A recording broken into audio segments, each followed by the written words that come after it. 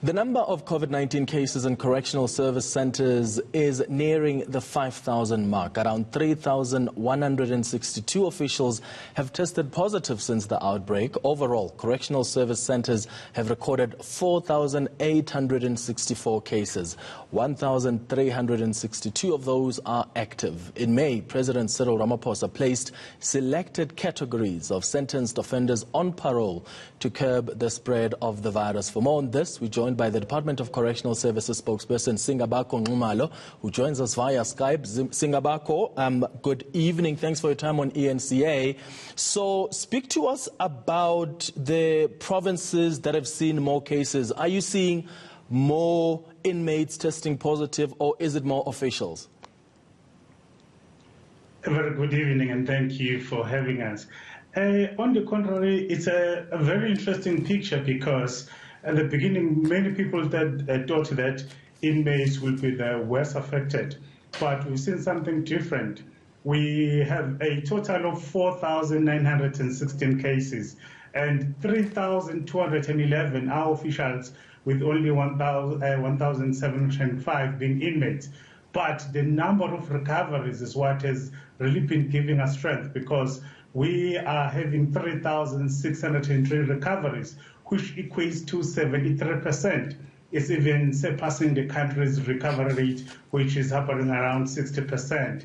And what is even more interesting is that in an inmate population of about 149,000, you only have 104 inmates who you can describe as having the virus in their system, and officials is only 1,146.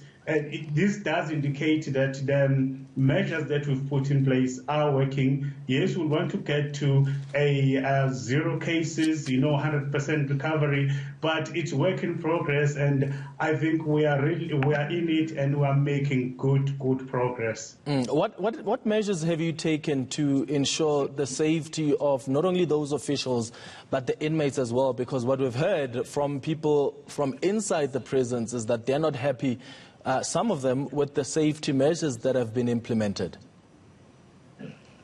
The numbers tell an interesting story, as I've just explained. With only 104 inmates, are having the virus in their system in a community of over 149,000. And I don't even think that you can even equate it to a percentage. But as a department, what we did, we said we needed a strategy. And that strategy had 3 pillars to say we need to have prevention measures. And those prevention measures will make it a point that our screening is intense, which was to go beyond just your normal questionnaire that you will get at any facility, because we understand our conditions. Hence, they needed to do even things like taking vital signs. We said that will not be enough. We had to bring on board over 600 additional professional nurses to assist us with this, to say we understood that with time, cases will start, creeping in our centers. Therefore, we needed to be ready with the second pillar, which is containment and treatment. How to go about, containing the spread of the virus and treating those who test positive. Then the last pillar is that of a disaster recovery. Fortunately, we are not yet at that stage. But as a department, we've been continuously looking at our standard operating procedures, adjusting them, making it possible that, we find flexible means so that we can respond to other things, emerging in the environment. And we've seen that working, because now our major focus is to limit the exposure. Hence, we are rotating our officials to say, where possible, if you can deploy 50% for a particular week, another 50% for another week, at least we are able then, to preserve those ones from being exposed to the virus.